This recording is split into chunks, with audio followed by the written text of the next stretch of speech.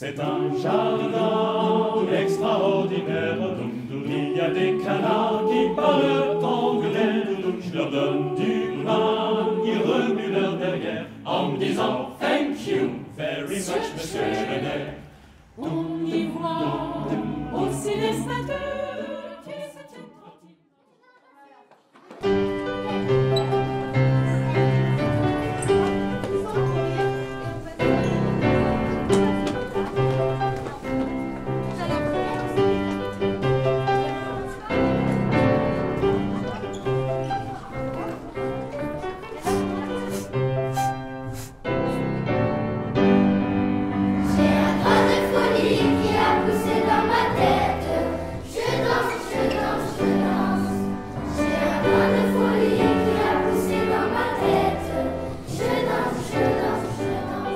Le Grand Mélange est une association 1901 qui a été fondée en 2017 et qui organise des résidences de chant choral, aussi bien avec des enfants que des ados, à l'école, collège, lycée, lycée professionnel et aussi hors temps scolaire. Pour des enfants qui n'ont pas de pratique de chant choral, nous organisons une semaine de travail et avec bien sûr une restitution publique en fin de semaine.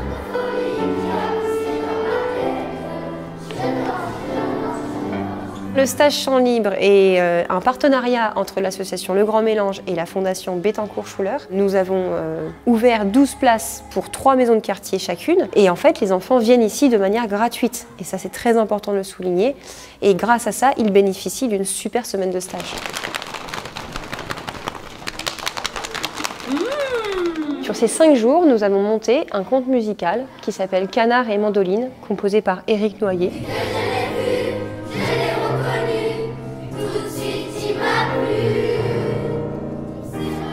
Monter un spectacle en une semaine, c'est un vrai challenge. Donc à la fois pour les enfants, à la fois pour nous, ça nous demande d'être hyper réactifs, aussi de s'adapter et garder du fun, j'ai envie de dire. Parce que c'est les vacances, on veut qu'ils s'amusent et en même temps on fait quelque chose de sérieux et on fait quelque chose ensemble. Ça, je voudrais le revoir. Yeah, yeah, yeah, yeah, yeah, yeah, yeah, yeah. Voix une à vous. Yeah, yeah, yeah, yeah, yeah, yeah, yeah. Je passe beaucoup par le ludique, le jeu, pour apprendre à chanter. Je fais des petites vocalises. J'aime beaucoup dire les mots comme ils sont en musique. À Valéria, je m'adresse à la pianiste en disant les mots et puis après ils me disent qu'est-ce que c'est ça. Je leur apprends des termes musicaux, il ne faut pas en avoir peur. Qu'est-ce que c'est soprano, alto, crescendo, glissando? Ils ont le droit d'apprendre ces mots-là.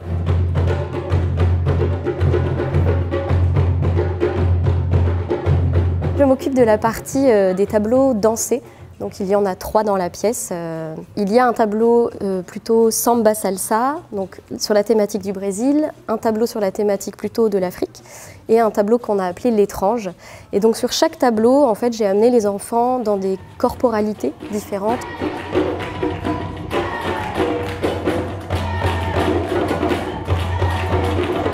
L'idée, donc, c'était vraiment que les enfants s'amusent et on n'était pas sur un cours de danse, on avait très peu de temps.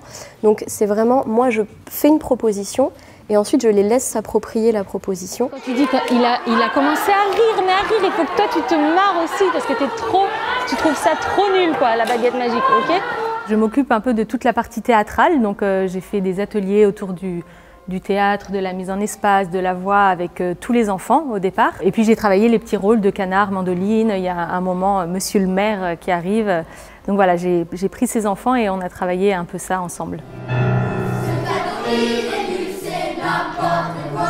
J'ai été très étonnée. Ils sont hyper moteurs, hyper motivés. Ils ont envie de le faire et ils ont envie de le faire bien. C'est quelque chose qu'ils n'ont pas l'habitude de faire, surtout quand c'est encadré. Bon, on fait des petits spectacles en général en maison de quartier, mais bon, ça n'a rien à voir avec tous ces moyens, tous ces professionnels, voir un vrai piano.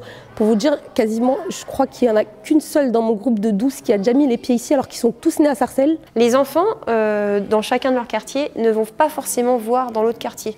Et on a voulu faire une rencontre entre ces 3 quartiers. Et ils ont pu aussi rencontrer les autres animateurs qui se sont occupés d'eux. Sarcelles, c'est tout le monde. Il n'y a pas de la maison de quartier de Valérie-Watteau, les Sablons, les Rosiers. On était une équipe, tous ensemble. C'est ce qu'on n'arrivait pas à faire, nous, justement, dans les maisons de quartier. Essayer de travailler ensemble un peu plus. Maintenant, bon voilà, ils sont copains avec des enfants des Rosiers, copains avec des enfants des Sablons. Et ça, c'est top. C'est juste top. Vous, vous restez et les autres vous rejoignent. Ça va? C'est super.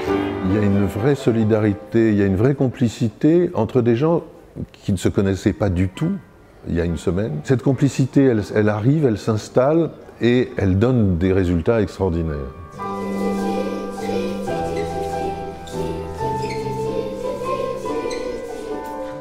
Pour les enfants, c'est très important de pouvoir conclure une semaine de ce type avec une restitution publique, c'est-à-dire un moment où on montre le travail qui a été fait, qu'on le montre notamment aux parents, aux familles, aux différentes personnes. On n'est pas du tout dans une logique classique d'évaluation. Il n'y a aucune forme de notation, d'évaluation individuelle ou même du groupe. C'est une sorte de grande progression qui va vers cet aboutissement.